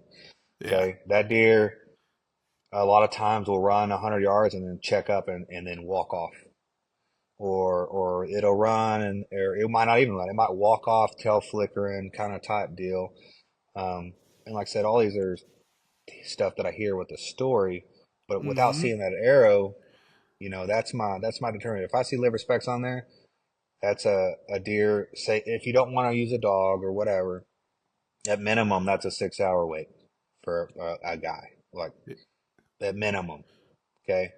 Now, could that deer die in 30 minutes? Yes. Don't get me wrong, it happens, but a liver shot deer, I wait 6 hours on with a dog, and that's knowing that he could possibly run the deer and bay it up, and we finish it off. Still, yeah. Yeah, but a lot of times they're gonna run and walk, or they're gonna walk off. Yeah, like I said, sometimes they'll just flat out run off. But a lot of times the stereotypical liver shot is a run 40, 50 yards, 100 yards, tuck tail, and then they'll kind of walk off, and sometimes the tail will be twitching and stuff like that. But it's going to be a darker blood. That's a deer for us is 100%. I'm going to go track it. Sometimes a liver shot deer can be tough if it's just straight liver shot. Yeah. I don't know why, especially like an upper body liver, like from midline to the backbone, like in there. If you hit the liver, can be a tough trap. Won't have a whole lot of blood, and for some reason, especially in early October, I feel like every year I leave a liver shot deer in the woods. Like it just the humidity sucks. It's dry. I'm not gonna make excuses, but it's a Yeah. harder deer to find. It's happened to me the last 2 or 3 years. That first 2 weeks October, I'll leave a deer that I know is dead in the woods, and it's just a harder deer to track. They got bumped or whatever it may be. A straight liver deer sometimes is hard to track Yeah. for the dog. Which it makes sense. I mean, of course your liver is something that they need, but it's not. Right. It's not as vital, I guess you would say, for them to live on. They're tough animals, man. Like Oh, there's no doubt. like And you I think said, that they especially live sometimes with the one top. lung. Yes, a lot, a Yeah. lot. And so the liver deal, and like I had one this year that was complete pass through crossbow. He thought he hit mid body. Arrow looked liver. I mean, everything about it looked good. Hey, whatever. Let's let him sit overnight. I'll come in the morning. We went, and it had been like 16 hours later, and I had a really really hard time finding this deer. I had to push the dog past where he ran out. We ran into some coyote, just a bunch of stuff on the trail. But anyways, almost probably wouldn't have found the deer if we didn't walk further down this certain creek line, whatever. Anyways, Found this deer at 16 hours later, and I'm talking through and through liver shot, and the Joker was alive with a, and it wasn't a small fixed blade either. It was a good, like a large expandable broadhead. Yeah. So, Golly, they're tough animals. dude, that's what, and the people, it's like people will never believe that, but I'm telling you right now, dead nuts, topside liver, complete pass through with a large 2-blade broadhead. It was 16 hours old. Now, was he running a long ways? No. I mean, we got him bait up pretty quick inside 50 yards from where the dog bumped him. Found him, yeah. Yeah, but I mean, there was a lot, you know what I'm saying? Yeah. So, golly. Yeah. And that, a lot of times most times a liver shot, you can wait a little less time than you can a gut shot. The gut shot, obviously we're getting to the liver and back. So we're talking liver to the back leg, right? Yep. Mid body and back. And the guts go all the way to the bottom of the belly. Unlike like on the front where your brisket is, like by your front legs, there's a little chunk of fat there that you're not going to hit anything, right? Yep. Now, you get to the about mid-body, and from mid-body to the back leg, if you hit inside that, anywhere in there, you're hitting guts. Mm-hmm. Okay? Now, there's different types of guts, right? You got your large intestine, small intestine, stomach, and all that shit. But if you get a pass-through from mid-body to the back leg, this is a deer that's going to die.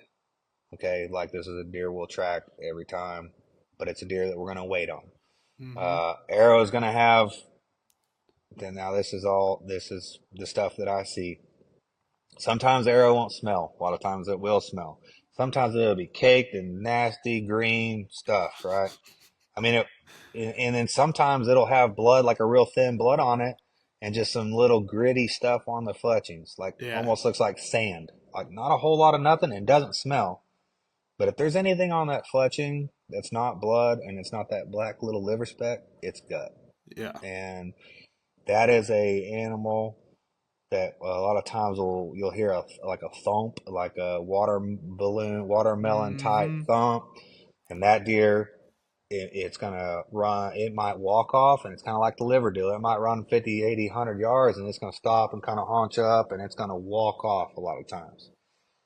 When you have that deer, you do not go after that deer, especially with a dog less than 12 hours. I mean, like I said, they can die in 2 hours. Don't get me wrong, it happens. Yeah. But if you want to err on the side of caution and finding that deer, one, you probably need to call a good dog. But two, don't jack with that thing inside 12 hours. And I don't care if it's, a lot of guys, well, it's 85 degrees, man. The meat's going to go bad. Well, that deer's not dead right now.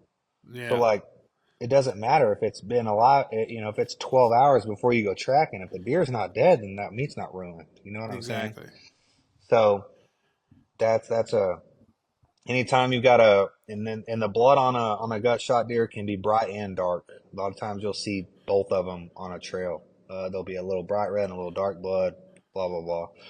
But a lot of, the telltale is some sort of grit, sandy, and then you have the smell, and you'll have just a super obvious straight green arrow, that goes through the stomach or something like that. Yeah. That's our highest percentage track. I will take a gut shot every single time. And it sounds crazy. People are like, what? That's that's like the easiest track for a dog. Yeah, because you know they're gonna die. Exactly. You just gotta give it some time. Exactly. And all these things are deer that you can find if they're not messed with. You know what I'm saying? We'll find a gut shot deer even when they're messed with 9 times out of 10. But I mean, you could get coyotes on a gut shot deer that you left overnight, and it might run 3 miles and you never find it. Oh yeah. So there are those situations. But yeah, when you were talking about what call gets you excited, well, gut shot gets me excited. I like 100%. It, man. That's our most successful. I mean, it's like I said, you don't find them all, but 9 times out of 10, you're finding that deer. Yeah. Yeah. Well, that's good to know, man. Like you said, and knowing those different things and what you're going to see when you hit different parts of deer, I think people really should, like, especially if you're archery hunting. I mean, if you're rifle hunting too, is knowing what you're looking at when you're Yeah. getting to that site, and knowing when to not go and chase after it, or when to go get your deer. Because I mean, it's it takes a little bit of knowledge and a little bit of learning to really get it down. But I think it's I mean, honestly, if you're gonna hunt, I kind of think it's a little bit of your responsibility. Is something you should learn, or at least have a good Yeah. idea, or be able to communicate and set up the guy that's going to bring the dog, or have a dog to be able to put that dog in a position to be successful in finding the deer for you. I mean, it's real easy to get excited. Trust me, I know, Well, been there myself. everybody is, man. And, But and it's, you got to get it right. yeah. And it's one of those things. Most deer trackers that, and I say commercially, it's guys that like go and do it for public. Most of those guys, you could call them whenever it is and just give them a rundown, and those guys are gonna help you out, man. They're gonna tell you, hey, dude, go look for your deer. He's dead. Yeah, Or hey, it's a gut shot. Don't mess with it. Let us come. Blah blah blah. Or if you think you want to look, don't go inside 12 hours. Wait till overnight. Or hey, there's bone on the ground. Hey, you will not catch this deer unless a dog's there. Most times because that deer is just going to keep getting up and going and going. Can you get them sometimes without a dog? Maybe, but more often times than not, most of those guys, like a reputable dog tracker, like a commercial guy, he's going to be up honest with you, and calling him is free, man. I mean, call him, tell him, take pictures, whatever you got, and give them, and be honest. That's the other deal. Is a lot of guys want to. I've got, and I feel like I say it too often, how excited gut shots are to me, but I think guys will lie to me. Hey, he's gut shot, and I'm like, I don't even ask questions. They're like, they know I'm coming, right? They can get me out there no matter what, and then I'll get there and like, damn it, I should have asked more questions. So, yeah. be honest with them, man. That'll be your best bet.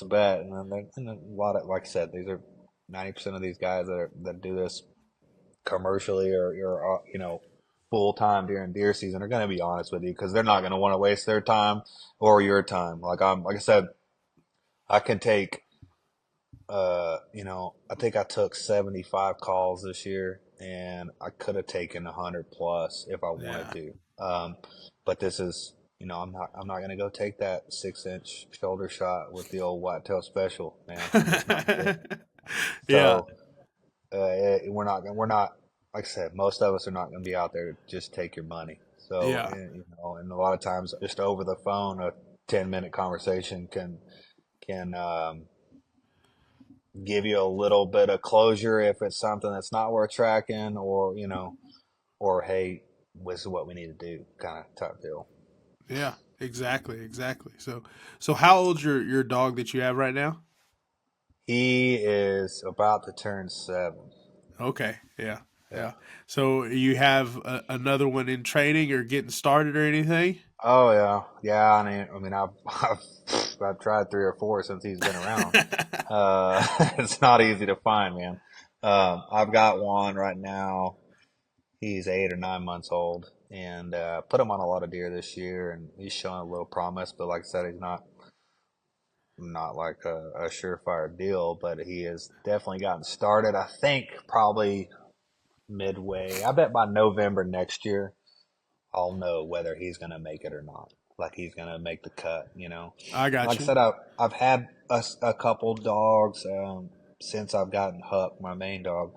That would find a dead deer, and that's cool and all, but that's not, finding just the old 200-300 yard dead deer is not what I'm here for. I can't have deer running off with a floppy leg and him not going and baying that deer up and getting him put down, because that's what a real deer dog will do. So, exactly. Right. So I've run through a few dogs, and I had dogs that would like the finish part, the bay part. They would love to catch and bay and all that stuff, but they couldn't track shit. So they just come in for the fun. Huck do all the work. They hear him baying, and they go in for the fun stuff. You know what I'm Me saying? too, dogs. Yeah. Heck, exactly. Coming in for the party, right? So Yeah. it's So like I said, I I've never gotten, and I'm praying for that day that I get like a natural dog. There are natural dogs out there. I've got a few buddies that have gotten a dog and just like naturally does it. Mm-hmm. And they're, and it might be a mutt, it might be a well bred dog or whatever, but they just some dogs will just do it. But it's a different deal with these deer dogs. We only, unless you're around a bunch of high fences and you can train during the off season, like you only get to train deer dogs during deer season. Yeah, You know what I'm saying? exactly. So to me, it's harder, and to get a dog that'll do it all with the deer, in my Yeah. opinion. So, but no, I've got one, and he's out of a whole different line, and I've got high hopes for him. We'll see what happens. But if you don't have another dog you're training at all times, then you're behind the curve. So Yeah, makes sense. So have you had more luck with males or females? males for me. Yeah. That I've ran. Guess I've had the last two females I've gotten rid of, or I'm getting rid of, and then I've only had, honest to God, dude, I've had one dog do this out of like 10 dogs. Yeah. Yeah. I've had dogs find dead ones, or I've had dogs at bay and do all that stuff, and it's probably me. I'm a shitty trainer or something, but I've only had one dog out of 10 that'll do it. That'll do Hey, it, yeah. all of it. Yeah. I mean, like you said, man, they're hard to find to be able to have that whole package. Like you said, you found dogs that have done pieces or multiple different things, but it's finding a dog that will do the whole thing and being able to rely on it and know that, if you set it up for success, that dog's gonna have success. So yeah, Yeah, man, it's a hard thing to do, and you're gonna go through dogs to find them for sure. yeah, and that's, I mean, that's the is keeping your head down, and I was, hell, it was 2 days ago. I've got a place that I have MLD, so I can still hunt right now. And we were shooting does or whatever, and we had a doe and put the puppy down, and I'm like, man, I thought I hit her this way, blah blah blah, and the puppy went like 200, 300 yards and kind of gave up, and I'm like, man, I just can't trust him. You know what I'm saying? Like if I put Huck down on a deer and he don't find it and it's been uncontaminated, like hadn't been ran across the county by a human or coyotes or blah blah, like he don't find it. Yeah, So it's so frustrating because it's like you can't never trust them 100% until they're finished dog. You know what I'm saying? yeah, So inevitably, I had to put Huck down, and of course, the Joker went and found it, and it was one of those scenarios where this deer should not have done what it did. It was unpressured, unmessed with. Ended up being like a gut shot deer, and she went like 550 yards without being provoked. Like, a yeah, lot of time, most of the times a deer's gonna bed down inside 200. That's my thing. That's what I tell people. And this deer didn't do that. yeah. And I was like, what the heck, Just that outlier, man. And you just never know. And I swear, I think I find these weird situations like this with older deer, and they're smarter, and I think they've been around long enough that they do things um, intentionally. Like Yeah, it sounds weird, but from what I see and the stuff I see, these older deer are smarter, and they do weird stuff, man. And yeah. I like mean that makes sense. It's the same thing. If you ever seen an older buck before he like if you watch deer come into a field, right? They're usually all pretty much come out the same. It's the mamas and the does kind of come first, and then you get those younger bucks running around. But if you ever watched an older buck walk out into a field or come into a food plot or something, it is completely different you than every other deer.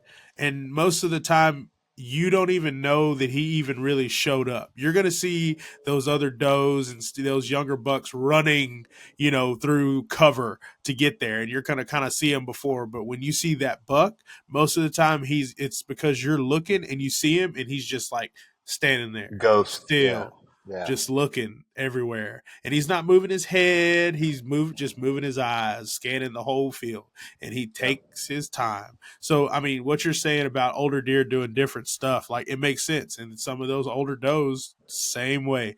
You get that doe that's out there blowing, the century one, that's checking out everything. She Yeah. acts a little different when she gets shot, I bet too. Oh yeah, and that was the deal. This was at least a 6-year-old doe, and it was kind of like, man, these suckers when they get older, it's funny that they'll put a little curve in there. You know what I'm saying? Right. So That's no lie, man. Well, dude, I also wanted to hear more about Lite Hounds and how you came up with this idea, like you said, for this brand that you're going to start, and yeah, this figure. How did that come about, man? And like, were you into like art or drawing before? Or did you do that yourself or have it made? Kind of how did it work? yeah. So um, I am not. I can't draw. I couldn't draw a stick figure deer. But I kind of had this idea. Uh, long story short, of like a skeleton type dude and a skeleton type dog, and my thought process was like a houndsman or a hound of the past. Like you always hear these legend houndsmen, or that dog that died too soon, or this type deal. And I was like, man, that'd be cool uh, to have like a skeleton type guy and the dogs or whatever. So when I came up with this idea, and I paid a guy that's an artist, right, that to Yeah, draw yeah. me up a sketch for my RL logo. And dude, just knocked it out of the park. And I was like, man, I had a lot of people say, man, that's badass. Like that looks cool. That's probably one of the cooler logos I've seen. Like just with houndsman type stuff.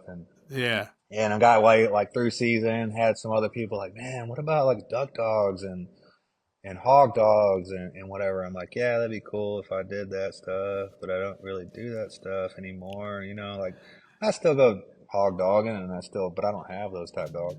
Yeah. I was like, man, it'd be cool to do the same thing I did with my deer sketch with other type dogs.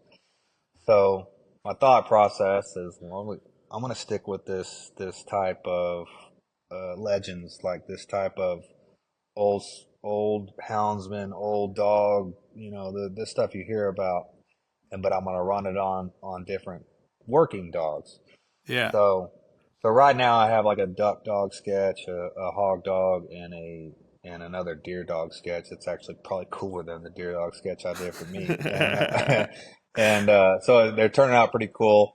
And I've kind of started like a page and basically just working dog videos. I don't care if it's a police dog, a pointer dog, a cow dog. I don't care, dude. I love dogs. So my whole thought process is just run a page of just working dogs, right?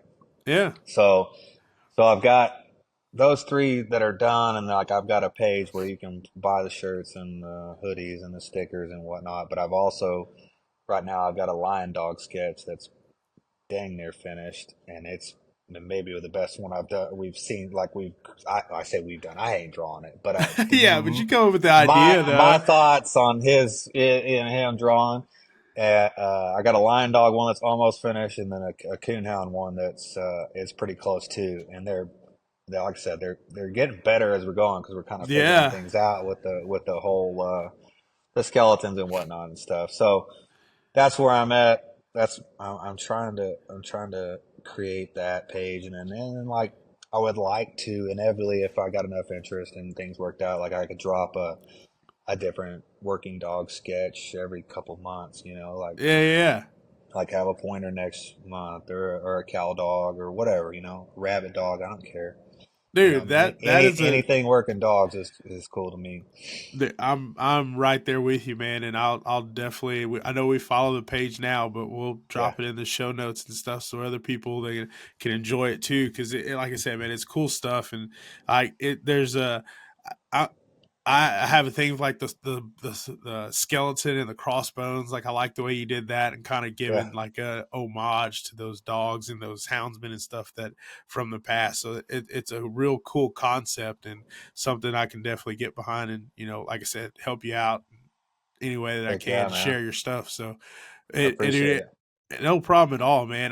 That's one of the reasons why we have the podcast, is just to talk and meet new people. And I've said it before on here, but it's cool to DM people and like share stuff and everything. But like once you can sit down and kind of have a conversation and really get to kind of know somebody and like start friendship and everything, it's cool to do. And that's what I've been trying to do with this podcast. Because like I said, I like creating content, video, photography, and all that stuff. But sitting down and talking to people and being able to hear stories and learn stuff. Like I'm sure there's a couple followers in here that probably could have learned something when you were talking about what different shots and stuff look like. So hopefully they got something out of it. I'm sure they did. I did for sure. Cause hunting wise, like I get to spend a lot of time behind a camera most of the time versus me really getting to pull the trigger. But it's still like I want to use those opportunities to learn all I can for when I do get to pull the trigger or shoot the bow myself. So, dude, I really enjoyed talking to you tonight. We're gonna have to do another one, and I'm excited to share your Lite Hound stuff, and then also your deer tracking page. And if anybody that's in the North Texas area, I know we got some listeners that are up like Dallas Fort Worth, so hopefully they'll give you a shout, and tell you the truth about what really happened when they do give you a call. It's kind of set you and your dog up for success, and set them up for getting their deer back to them. So, dude, Ricky, that's the end goal, man. It's to find that deer and get people. I mean, you got guys that are working their tails off for this stuff, and trying to or hunt a deer all year long. Like, let's play it safe. Just call, talk, and figure out a game plan, and like I said, the best thing you can do is stop what you're doing, take a breath, figure out if you need a dog or if you don't need a dog. Most of these guys are going to be honest with you, man, and inevitably, hopefully, have a successful track. You know what I'm saying? Yeah, like you said, all deer trackers are a wealth of knowledge. That have good dogs and stuff, and they've seen every shot that you can make. They've seen them all. They know kind of what the deer are going to do. But you said you have those different outliers and stuff. But for the most part, you give them solid information, they're going to be able to set you up. For them to come out or just say, "Hey, man, if you follow this track, you're going to find your deer." Yeah. So and one more thing, there's a difference between a reputable dog tracker and some of these fly by the night guys. You're gonna know that guy that commercial tracker. You can go on his page, or you can talk to anybody that's been around. You're gonna know. It's gonna be obvious. Obviously, in my opinion, you need to get a hold of a reputable guy, and it's not hard to find if you do a little bit of research, especially the way social media is nowadays. So yeah, and don't. I'm gonna say this: don't wait till you need him to do the research. And don't be in a rush if that guy says, "Hey, I can't come for 12 hours." There's a reason he's telling you 12 hours. I promise you. Exactly. Don't wait till you need them. Before season starts, you need to be looking. You need to be contacted. At least have an idea. Yeah, and it probably wouldn't hurt to give him a call. Say, "Hey, man, I see you deer track. Kind of vet him. Ask that person 100%. Or her some questions. Like what area do you cover? How far do you come out?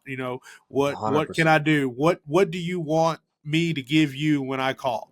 Like that is a good way to set yourself up for success, not in the middle of the field trying to get service to look on Facebook for the guy that you saw 3 months ago that posted that he deer tracks. Like, do the research beforehand, guys, and show 100%. Up ready to go. Well, Ricky, man, I kept you on here a little longer than I want to, but dude, the conversation was too good, and I didn't want to stop it. But we're gonna have to get on another one and do some more talking about some dogs and kind of where Lite Hound goes and everything else. So, thanks for coming on the podcast, and thanks for supporting our page too, man. I see you always liking our stuff and sharing it too. So I really appreciate it, and we're gonna do the same and kind of go back and forth in that aspect. So appreciate it, man. Glad I had you on the podcast. Thanks, man. Thanks for having me on. Yeah. Well, thanks guys for listening.